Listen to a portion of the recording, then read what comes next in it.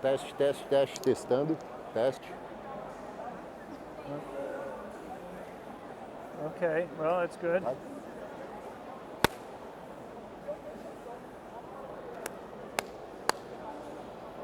Só para sincronizar o áudio aqui, tá, pessoal? Eles já vão apresentar a gente, eu acredito. Já pode? Sem apresentação mesmo. Já vamos rolar. Pessoal, em deferência ao professor John Lott Jr., a gente vai tentar fazer a palestra em inglês para vocês aproveitarem a tradução dos dois, tá? Para não ficar um falando de um jeito, outro falando do outro. Nós vamos tentar fazer a apresentação toda em inglês e em seguida vocês vão estar recebendo aí a tradução, beleza? Tá todo mundo ouvindo aí? Todo mundo ouvindo? Sim, sim, sim. Beleza, agora eu também estou me You ouvindo. can speak Professor, in Portuguese. I'm gonna... I hear it okay. You can speak in Portuguese. I hear it okay. In You're English. gonna talk I'm gonna talk in English, and they are translating for you. That's okay? Sure. Perfect. First of all, I'm gonna like to say that it's a pleasure for me, Professor.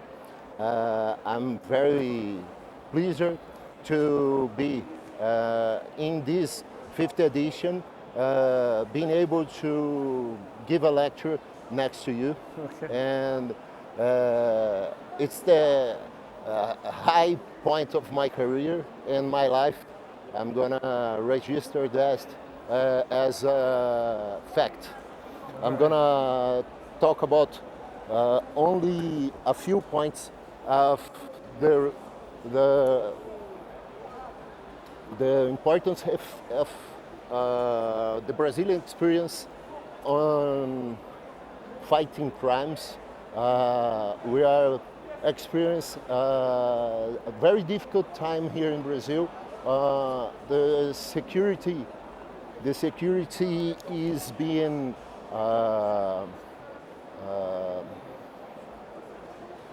what's happening? Let me see. Guys, let me check something.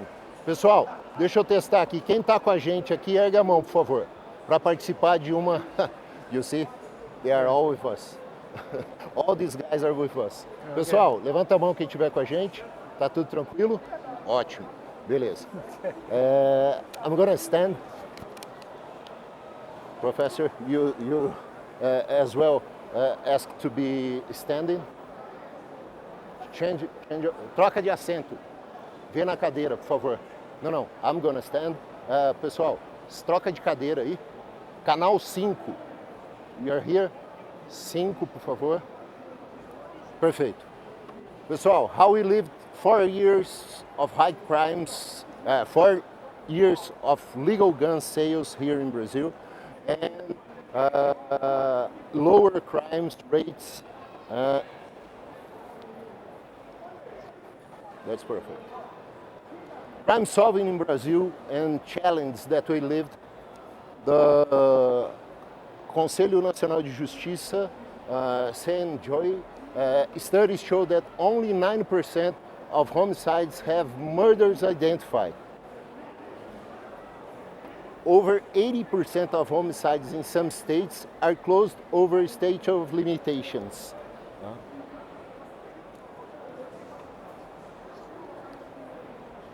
We have in Brazil only 361,000 of inmates in prisons for 210,000 people. 1,000 vagas. Perfect. And only 306,000 open warrants. That's the situation here in Brazil. We have at least 500,000 people that should be in jail and they are not. We have the National Bank of Open Warrants showing that we have almost 500,000 people in jail, but from these ones, only 361,000 are convicted.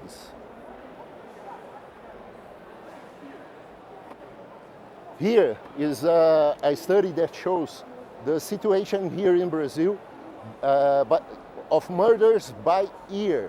Even each year, we have with 211 million people, we have as same as these other countries with 3 billion people, in a population of 3 billion people,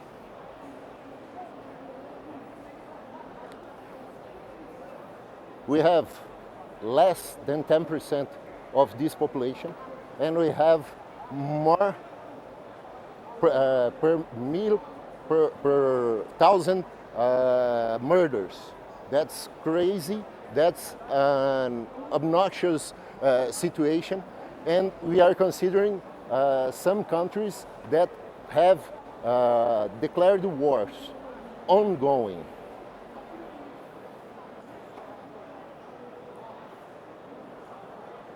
From 2019 to 2022, the gun sales spiked here in Brazil, last government, and we have, in the exactly same time, a high decrease of murder cases. From 2019, we have a 37% decrease of murders here in Brazil.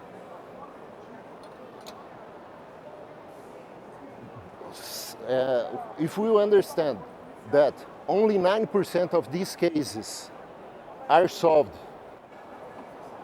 only 3% of these cases are prosecuted, and only 2% of these cases have conviction,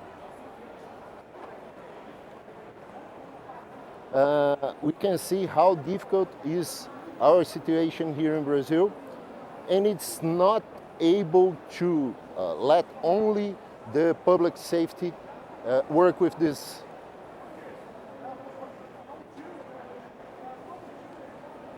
I made a research here in Brazil.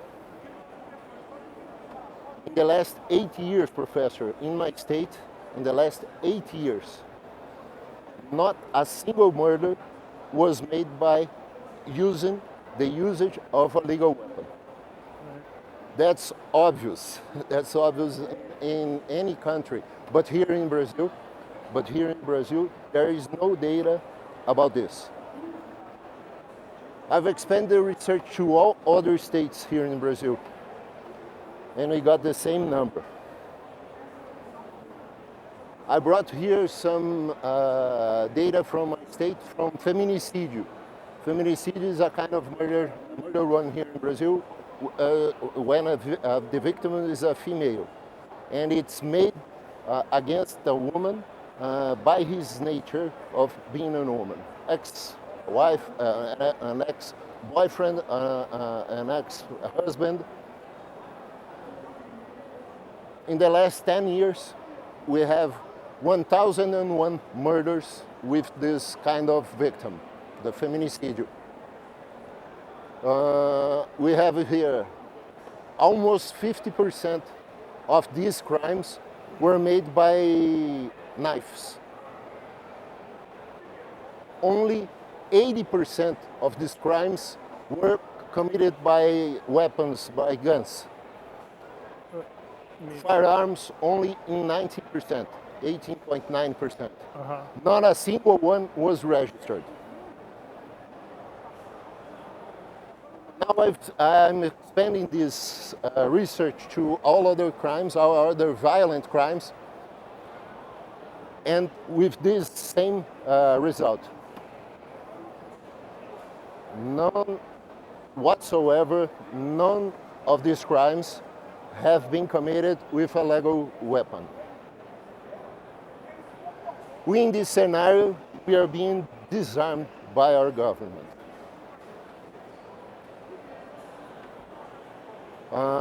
These are some news from the great newspapers here in Brazil, telling that the legal firearm owners here in Brazil are responsible for arming the organized crime, but we have crimes unsolved, we have insufficient correctional facilities, we have at least 500,000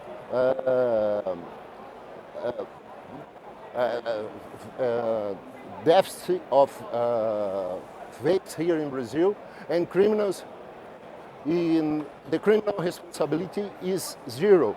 For homicide here in Brazil, you are able to be charged with 6 years of prison, but you will be able to get out in only 1 year. Gun laws restrictions are changing overnight by the humor of the government. There is no state policy of gun ownership here in Brazil. We have a long delay to work with these changes of legislations, and the administration being able to apply these changes. We have in the last 2 years a deficit of work and procedure by the change of law.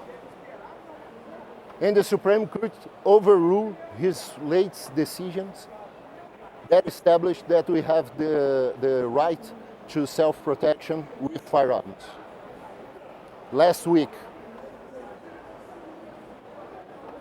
this is our reality, this is a bit of our problems, and I'm very pleased to listen to you and see some possibilities of change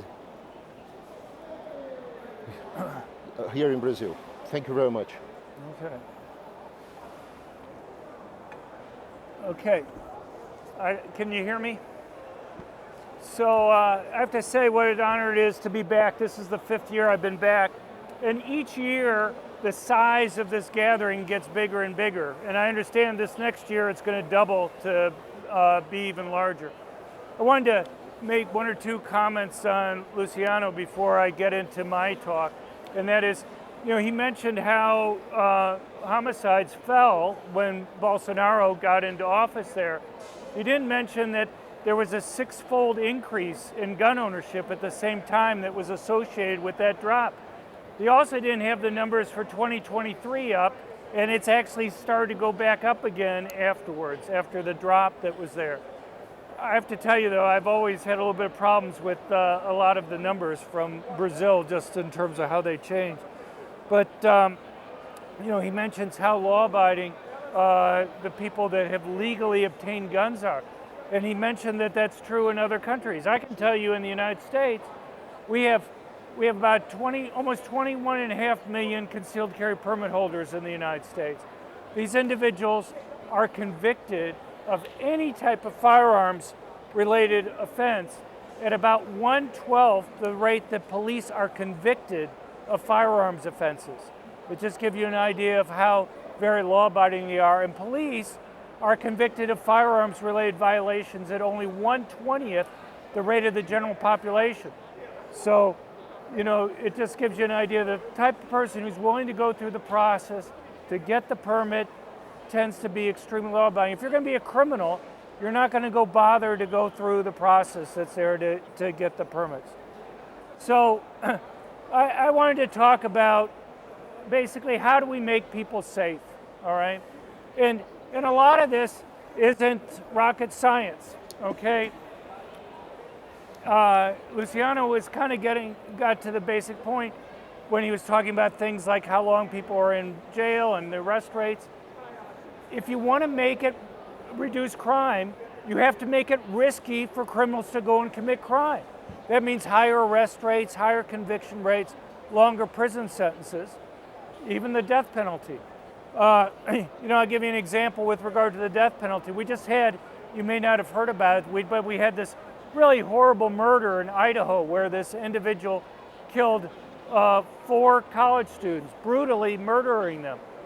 He basically begged not to face the death penalty. He'd rather have life in prison without parole rather than the death penalty. And that's what we see time after time. But it's just the bottom line is You have to make it risky for criminals to commit crime.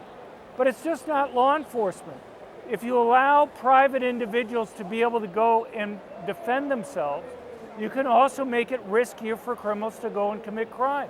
I'll give you a simple example. There's something called hot burglaries. Hot burglaries occur while the residents are at home. We have data for lots of countries, but let me just give it to you for two. The United Kingdom has a burglary rate that's about twice as high as the burglary rate in the United States. But 60% of the time that burglaries occur in the UK, the residents are at home when the burglary occurs. In the United States, it's only 13%. Why the huge difference between those two countries? And I'll give you another fact. Burglaries in the United States occur during the middle of the day. You know why they occur during the middle of the day? Because not only do they check to make sure nobody's home, they spend about twice as long casing a home before they break in, but people are less likely to be home during the middle of the day. In the UK, in Britain, the burglaries occur in the evening at like 8 or 9 o'clock in the evening. Why do they occur in the evening? Because people are home and they can force people to tell them where their valuables are at that time. Why the difference? In the United States, the burglars are worried about getting shot.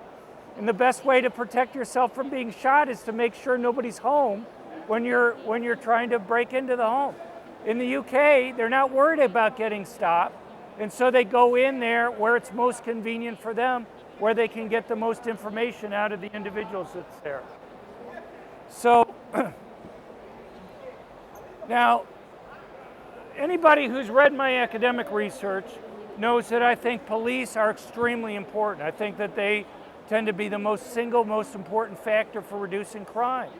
But the thing is, you have to understand police have a very difficult job, all right? And not only do they have a difficult job, but police virtually always arrive on the crime scene after the crime's occurred. And that raises the question, if the police can't be there to protect you, what's the safest course of action for somebody to take when they're having to confront a criminal by themselves? Now, you know, as Luciano was mentioning, you got about 211 million people here in Brazil, and you have about 518,000 police. So that comes to about 2.5 police officers trying to protect every 1,000 people that are there. In the United States, we have about 4.2 police officers for everybody that's there. But even that doesn't give you really a good impression, because not all the police are on duty all the time. You know, only about a third at most are on duty. You got, you know, different shifts. You have people on vacation, what have you. And when you break it down, you have less than one police officer on duty at any point in time to protect every 1,000 people that are out there. That's a big job. But it's even more than that, though. You just can't compare it to the number of people out there to protect.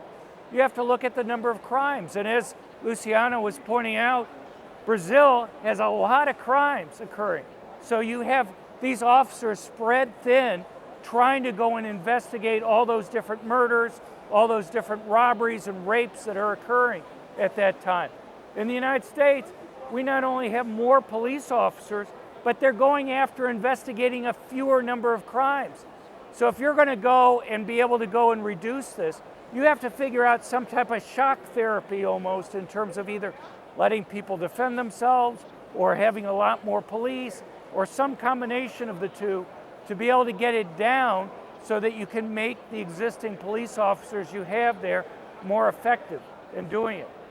So, the police themselves realize that they virtually always arrive on the crime scene after the crimes occurred. And in Sao Paulo, I was looking it up, for the most serious crimes like murder, the median police response time is 7 minutes. But that's even assuming that you're able to make the call. Virtually always when people make calls to the police, it's after the criminals already left the scene there. And so you've had to go and deal with it on your own. Just to give you an idea of the difference, I mean, he went through some of this stuff. The homicide rate in Brazil is about 22 or 23 per 100,000 right now. In the United States, it's slightly less than 5. In terms of rapes, there are 66 rapes per 100,000 people in Brazil. It's about half that in the United States, about 38. For robberies, it's 125 per 100,000. In the United States, it's less than half that at 60. And you guys don't even break out the data for aggravated assaults, but in the United States, it's about 276. My guess is it's very high in Brazil. Now, I'm going to show you a video here just to give you an idea of how the media covers guns. And I'm sure it's very similar to people I've talked to here in terms of the bias, but just to give you an idea, and then I'm going to talk to you about how misinformed this is. I hope this works. Whoops, that didn't work. Is there somebody in the back that can help with the... That's it. Here we go.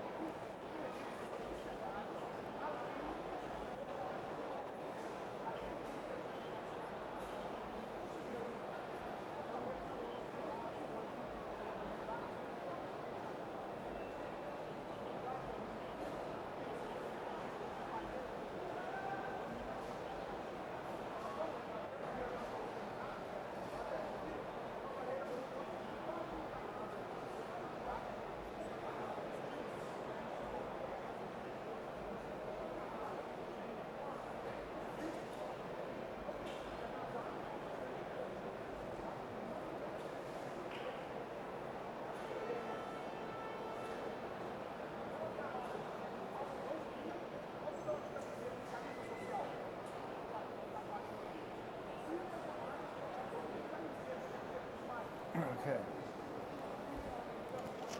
All right, so I think we got the... So I basically just wanted to give you, I mean, I could have gone on for hours with this, just the number of TV shows, constantly making it look bad that people would think about having a gun to protect themselves if something goes wrong. You know, they either accidentally shoot the wrong person or the gun gets taken away from them and gets used against them. But it just virtually never works out. But the only TV shows that have shown successful defensive gun uses in the last couple decades in the United States are the shows by Taylor Sheridan. You know, like, I don't know if you watch Yellowstone here in the United States. Trust me, there are not that many murders in Montana in a year, okay, let alone in one afternoon that they'd show in that show. But that's one example of defensive gun uses that probably about the only one just about. So what we wanted to do is say, given this, how accurately does the media actually go and represent what happens in real life? So what we looked at was the FBI puts together something what they call active shooting reports each year. And they've been doing this for a number of years. And so we looked at all the active shooting cases are cases where guns fired in public, not part of some other type of crime like a robbery or a gang fight over drug turf. Anything from one person being shot at and missed, all the way up to a mass public shooting.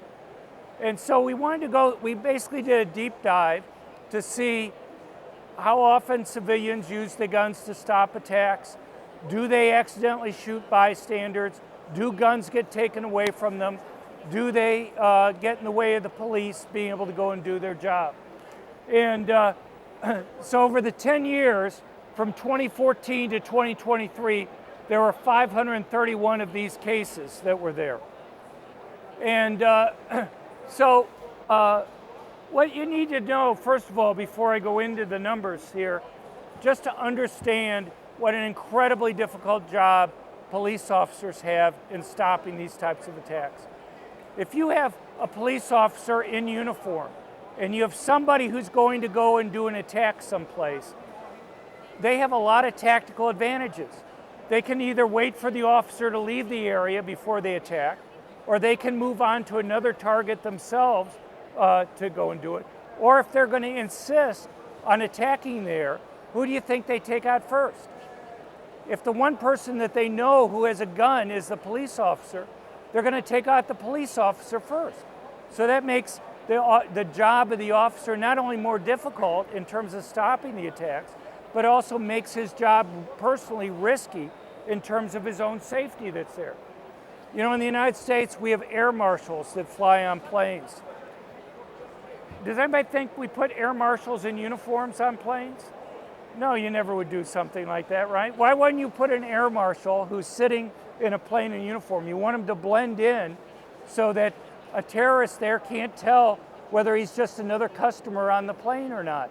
And the reason is because if he was in uniform, you don't know who the terrorist is. Who do you think the terrorist would take out first? They'd go after the air marshal.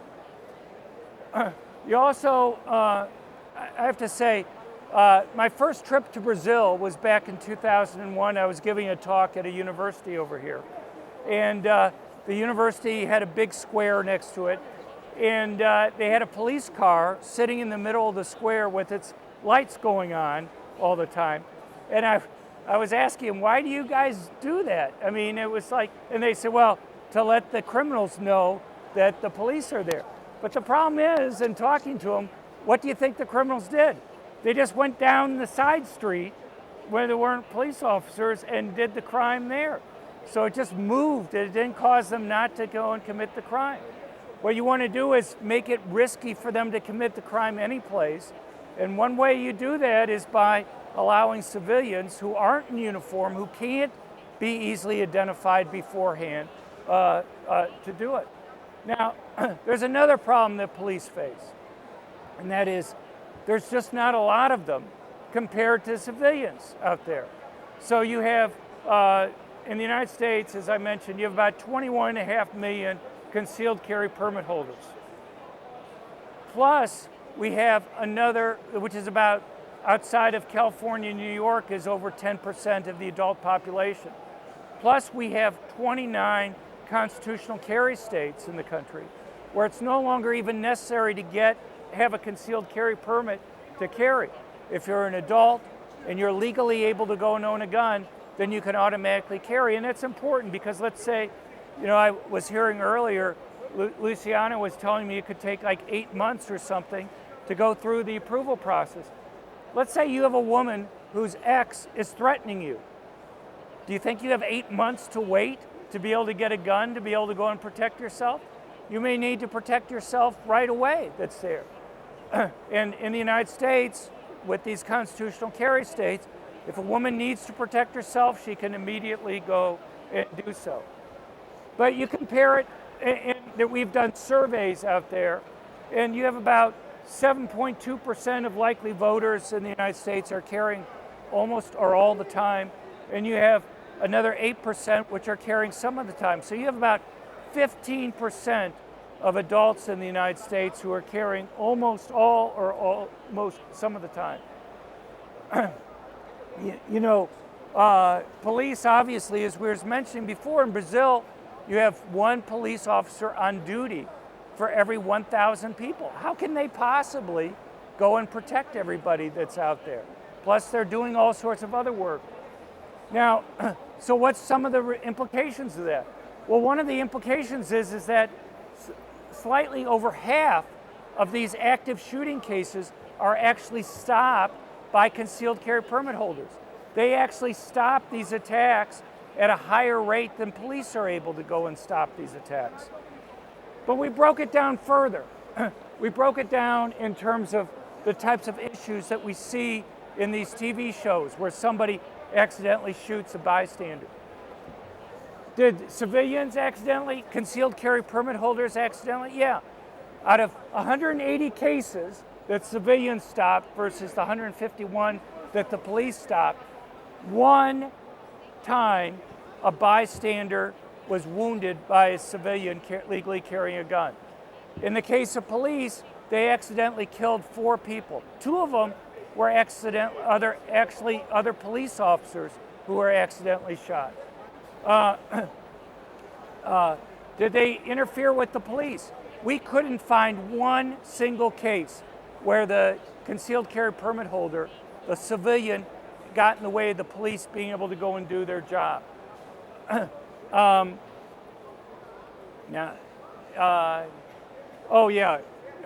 they killed? There's a case, 2 cases where the permit holders who were trying to stop these attacks were killed.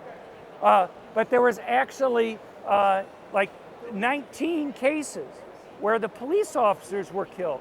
And that goes back to what I was talking to before. They're a target simply because they're in uniform.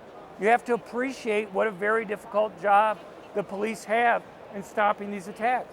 In terms of woundings, it's pretty much the same. You have 45 civilians were wounded in stopping the attacks versus 48 for police. And one of the other things that was interesting is that about a third of the time that the civilians stopped these attacks, they stopped what police themselves said would have been a mass public shooting where many people would have been killed if it hadn't been for the presence of a concealed carry permit holder that was there. So, you know, the bottom line here is that police are important, but police have certain limits on themselves simply because they're in uniform, simply because there's so few of them out there, okay? And they have a lot of different things that they can do. And, you know, in Brazil, obviously this is a debate that you've had from time to time. The government wants to confiscate guns right now, and you had this big vote a couple decades ago where they wanted to go and ban guns. We don't need to guess what happens when you ban guns. We've seen this in many places in the world. In the United States, we tried banning handguns in Washington, D.C. and Chicago. And every place in the world that's banned either all guns or all handguns, murder rates and homicide rates have gone up, often by huge amounts. You would think if guns on net are bad, you know, and we don't have to just take Luciano's thing about the fact that the people who get the permits aren't committing any of these crimes that are there. And he made a convincing case on that. What you find is that you would think every time it should go down, but yet there's not one single time where murder or homicide rates go down or even stay the same after a ban. You'd think out of randomness, once or twice it would go down, but yet you can't find it. And there's a simple reason for that. And this applies to gun control laws generally. And that is, you have to be careful that you're not going to be primarily disarming the most law-abiding good citizens that are there. If you may take a few guns away from the criminals, but if you're primarily taking guns away from the law-abiding citizens that are there, you're actually going to make it easier for criminals to go and commit crimes. Okay, so the question is, who benefits the most from having guns? And if my research convinces me of anything, there's basically 2 groups of people who benefit the most from having guns. The people who are the most likely victims of violent crime in the United States, that tends to be poor, blacks who live in high crime urban areas, and people who are relatively weaker physically, women and the elderly. You're almost always talking about a male criminal doing the attack, and when a man is attacking a woman, there's a lot larger strength differential that exists there than when a man is attacking another man. And the presence of a gun represents a much bigger relative change in a woman's ability to go and protect herself. And I'll go into that more later. And this is kind of catching on. In the last decade, we've seen huge increases in the number of concealed carry permits in the United States, but the big growth has been among women. Their permit rate has grown more than twice the rate for men, and even greater increase for blacks relative to whites in the United States. Okay, now there's a lot of myths out there. One thing you very frequently hear is that people should behave passively when you're confronted by a criminal. And that's simply false. It's based on what I would regard as a real misreading of the data. What people in the United States will point to, and we probably have better data that's used on this question than any other country by a lot, is something called the National Crime Victimization Survey. And it's true if you compare passive behavior to all forms of active resistance lumped together, passive behavior is slightly safer. But the problem is you're lumping together many types of active resistance which are much more dangerous, as well as one that's much safer. So for example, for a woman, by far the most dangerous course of action for a woman to take when she's confronting a criminal is to use her fists. Because if she uses her fists, she's very likely to get a physical response back from the attacker. The second most dangerous course of action for a woman to take is to try to run away. Now, obviously, if a woman can run away successfully and escape, that's great. But the problem is that women tend to be significantly slower runners than men are. In the process of being tackled and subdued, serious injury or other harms can result to the woman that's there. When you break these things down, you know, whether it's using a knife or a baseball bat or a stun gun, those things, when a woman has to get close enough to the man to be able to go and use a knife or a baseball bat, she's lost the situation there, because the higher strength is going to allow him to overcome whatever weapon that she might have. By far, the safest course of action for women to take is to have a gun. Women who behave passively are 2.5 times more likely to end up being seriously injured than a woman who has a gun. Now, you know, if you were in the United States and you were to take a concealed carry class, what you would be told is the whole point of you having a gun is to maximize the distance between yourself and the criminal. You're not the police officer. Your job isn't to go and arrest somebody. Your job is to try to keep that person away from you. And guns are very good at being able to go and do that. We have data that for each additional woman that gets a concealed carry permit, the murder rate reduction for women is 3 to 4 times larger than the reduction in murder rates that you have from an additional man getting a concealed carry permit. When you have states that adopt so-called right to carry laws that allow people to get permits without getting permission from the government, you see about a 25% drop in rapes that occur. Now there's another issue that I wanted to get into, and it's this issue of gun-free zones. Between 1950 and the end of this last year, 92% of the mass public shootings, so a mass public shooting is an attack where 4 or more people have been killed, not part of some other type of crime, occur in places where guns are banned. Now why is that? Why does that occur? And it's a pretty simple explanation for that. And that is, these killers may be crazy in some sense, but they're not stupid. Their goal is to get media attention. And they know the more people they kill, the more media attention they're going to get. So where do they go? If they go to a place where they know their victims can't defend themselves, then they know they're going to be able to go and kill more people and get more media attention. And you see this time after time. So you have the Nashville school shooter in 2003. The Nashville police chief said the day of the attack, there was another location that was mentioned.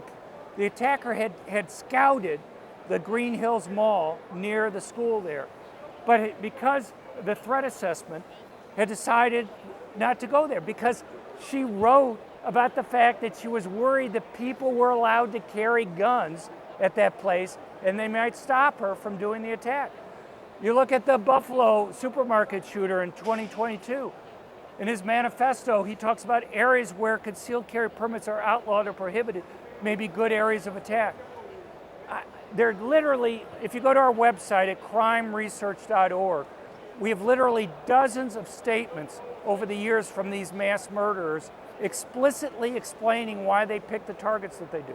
Now I have to tell you, there's one thing that just drives me nuts with the media bias, and that is the media just refuses to go and talk about those parts of their manifestos. I would think that would be newsworthy. These guys are explaining why they picked the target that they did. Why isn't that of interest? But yet the media will absolutely refuse to cover those parts of their diaries and manifestos. There are dozens of these cases where they explain why they're doing it, all the way back to Columbine. You probably don't know that. I'm sure everybody knows what the Columbine attack was in Colorado. Well, you probably don't know. I actually was there in Colorado testifying before the state legislature the day that the final vote was scheduled. Dylan Klebold, one of the killers, was very upset that the state legislature was considering a bill that would allow people to carry permanent concealed handguns in Colorado. He was particularly upset that it would allow people to carry permanent concealed handguns, including teachers, at school. The day of the attack was the day that the legislature was scheduled for final passage of the concealed carry law to allow people to carry concealed handguns at schools. So, and he wrote his state legislators asking them to vote against the concealed carry bill there. Is it just a coincidence that the attack occurred 2 hours before the final vote was scheduled in the state legislature that was there? But almost nobody will draw that connection. I'll just do this really quickly. You hear about hundreds of mass shootings in the United States. This is the number of mass public shootings in the United States by year. Okay, again, but this doesn't involve other crimes. The vast majority of mass public shootings in the United States are rival gang members who shoot each other. Now, are two drug gangs fighting against each other over drug turf bad? Yeah, but that's a very different situation. They don't give worldwide news coverage when two rival drug gangs go and fight against each other. This just tries to get at the ones that they look at, and basically ranges from about 1 to about 8 over time. And here's the number of murders that are occurring. I know you guys may have some questions, but the bottom line I just wanted to try to get across to you is how you stop crime isn't rocket science. You have to make it risky for criminals to commit crime. You can make it risky with more police, convicting people, putting them in jail, not just for 1 year, as Luciano was talking about, for doing a serious crime. But you can also make it risky when the victims themselves are able to go and defend themselves. And the people who benefit the most are the most vulnerable victims in our society. People on the left claim that they care about the poor, that they care about women. Who do you think gets harmed by their laws that make it so those are the very people who can't go through the costly and long process when you're talking about poor people being able to go and get a gun to be able to go and protect themselves and their family? Do you think the police are able to go and protect people in the poorest parts of Brazil and be there quickly to protect them? Anyway, I know you got some questions, and I'm happy to go and take any questions that you guys might have. Thank you very much.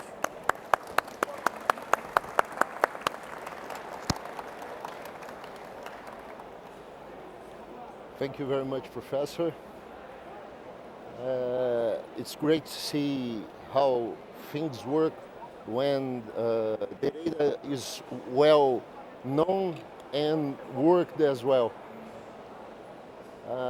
Pessoal, quem tiver alguma pergunta, por favor, pode pedir o microfone, a gente passa o microfone aí para vocês.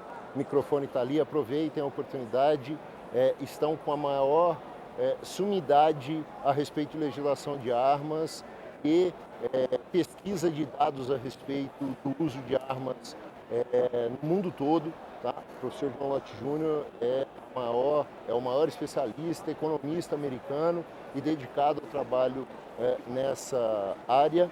E eu aproveito então para fazer a primeira pergunta ao professor. Professor, this week as well,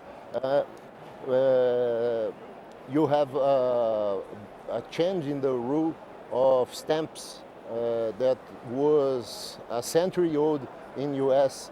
The $200 stamps for suppressors, machine guns, and Yeah, they're not right. So what do you think of the evolution of the legislation, and was this revoke of the stamps sufficient to the evolving of the arms legislation in the U.S.? Right. So they just passed this budget bill, and the part of the budget bill essentially eliminated what they call the stamp tax on a number of items. So you had to pay $200 as well as go through a processing program to be able to go and get a suppressor, which reduces the sound from firing a shot, not by a huge amount, but by about 30 decimal points. So, but you fire an AR-15, it's still going to be sounding like you're within 3 feet of a jackhammer, in any case. And but they still have to go through the process of the forms and what have you. But we have 3.5 million Americans that are legally licensed to have suppressors right now, even though they have to pay $200 to be able to get it. My guess is there are going to be a lot more people that are going to go and get it.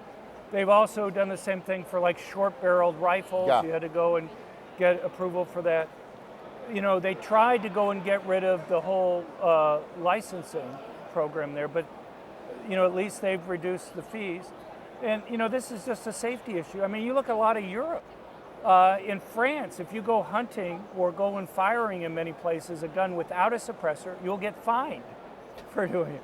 And in other countries in Europe, there's no regulations, like Finland and Sweden and Norway and Denmark. There's no regulations on suppressor because they basically say if you have a gun, this is basically just, you wear ear protections, and this is just another health issue that's there.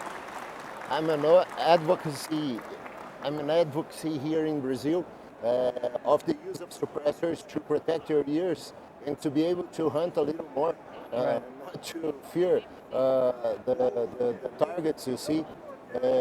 And here in Brazil, as soon as it's a restricted product, it's able for us to buy. We are not prohibited to use it here in Brazil. Right. Well, I mean, that makes sense. I'm glad that you guys don't have the $200 fee. You have enough other restrictions that are there. So, anybody have any questions here? Alguma pergunta, pessoal?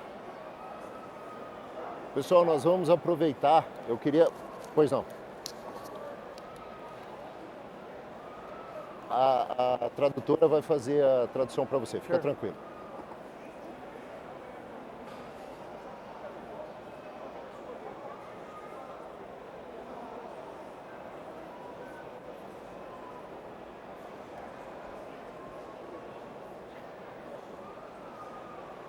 Right. Well, I think you have to make it so that you trust law-abiding citizens to be able to go and protect themselves. I think you have to get rid of the whole licensing process. Look, as I said, we have 29 states in the United States where you don't need a license to carry a gun. You don't need a license to own a gun in your home virtually any place in the United States. I mean, there are a few places that you do, like California and New York and what have you. But the vast majority of the United States, you don't need a license to be able to go and own a gun. You do a background check when you go and purchase it. But, the point is, when you have these processing fees and what have you, I'm concerned that you make it costly and difficult for the very poor people who are the most likely victims of violent crime to be able to go and protect themselves. And these delays, as I was mentioning, just to go through the approval process, if a woman is being threatened, an gets mad at her and she thinks he's going to come over and hurt her in some way. Does she have 8 months to be able to go and wait for the approval to be able to go and get a gun for protection? You know, are the police going to be there 24 hours a day, 7 days a week in order to go and protect her? No, what's going to happen is they'll get a call after the guy's committed the crime against her at that point. And the question is, what do you advise that woman to do when she's having to confront the attacker by herself? Is she supposed to behave passive? You're supposed to call the police after she's been killed, maybe, or badly hurt? So if it were me, look, the same arguments that have been made, I'm sure here, were made in state after state in the United States before we changed our laws. You know, they were concerned about the permit holders committing crimes, but as Luciano has pointed out, they're not the ones who are committing crimes. They don't commit any crimes. The people who commit crimes are the ones who aren't going to go through the process to properly obtain the guns. And the thing is, when I was mentioning before, when you ban guns, murder rates every single time go up. When you ban guns, the only people that are still going to have the weapons are going to be the bad guys. And in the United States, the big source of illegal guns are drug gangs. You know, it's not like a drug gang can go to the police and say, this other gang stole our drugs, can you help us get them back? They have to set up their own little militaries in order to go and protect that valuable property that they have. And, you know, if they can make money selling drugs or selling the weapons that they have, they're going to do both of those. Professor, you had a question?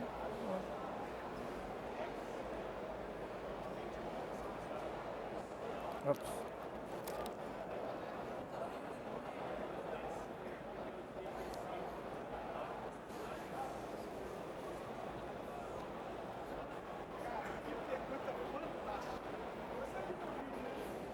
Right.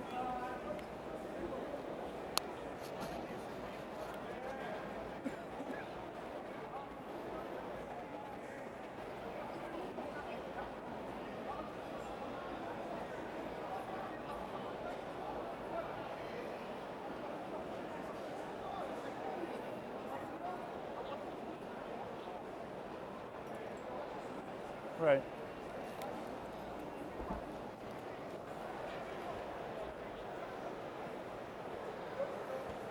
Sure. It's an excellent question. And, you know, it's a battle that I've dealt with. And it's not just Soros funding it. In the United States, we've been finding out over the last few months that our government's been funding a lot of this. I wouldn't be surprised if the Brazilian government is funding a lot of this too that's going on now. And, you know, Mauro, who's basically put this whole thing together, has talked about setting up kind of an institute here in Brazil to go and do it. I'm happy to help him out in any way. You can always go to our website at crimeresearch.org, crimeresearch.org right here. And we have lots of different types of data.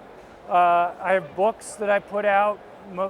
The one that was most recently translated into Portuguese is Gun Control Myths. We'll be doing a book signing after this if you want to get a copy. But, you know, it's a lot of effort and you don't have the money. Look, my organization in the United States, we have a budget of about $350,000 a year, which compared to the types of NGOs that you have is trivial. But I think we've had a big impact even with that because it's just persistent. You go to our website, we break down the data.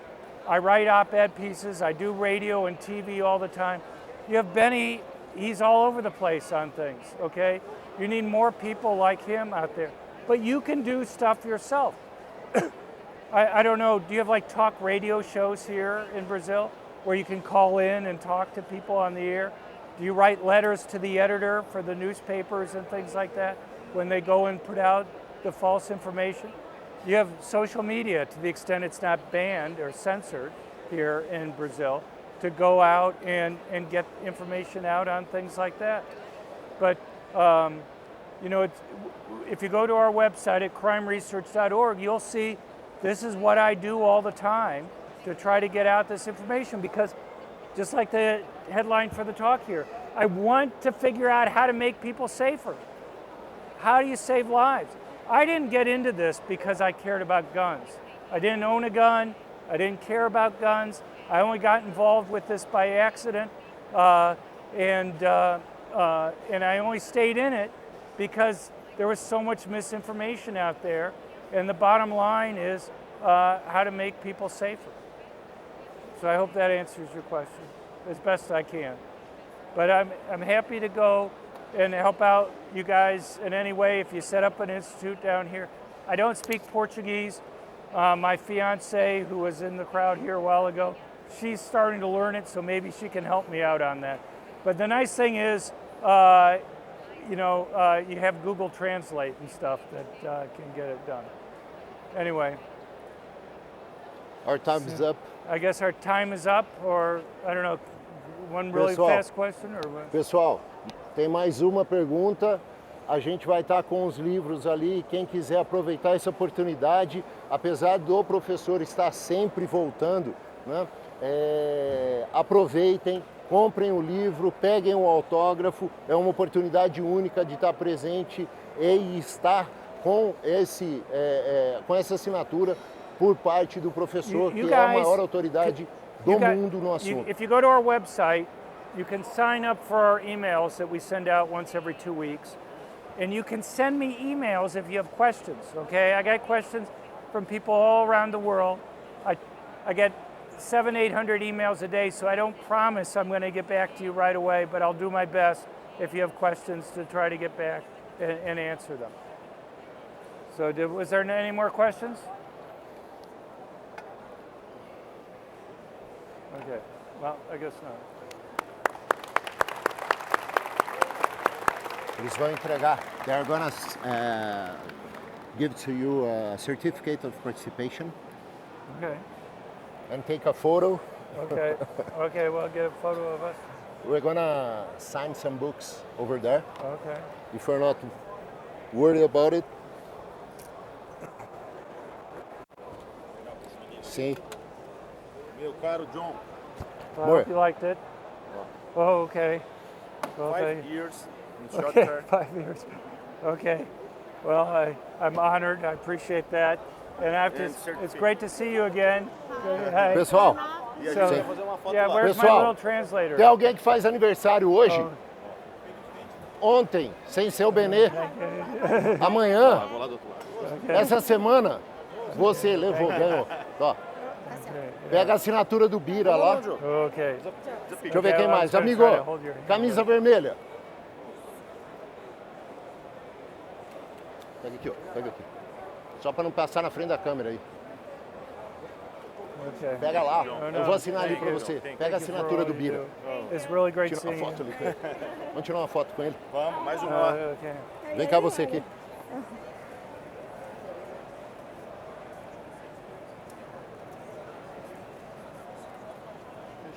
Okay. Congratulations, professor. It was an honor. Okay. Did you get a listen to my talk, or?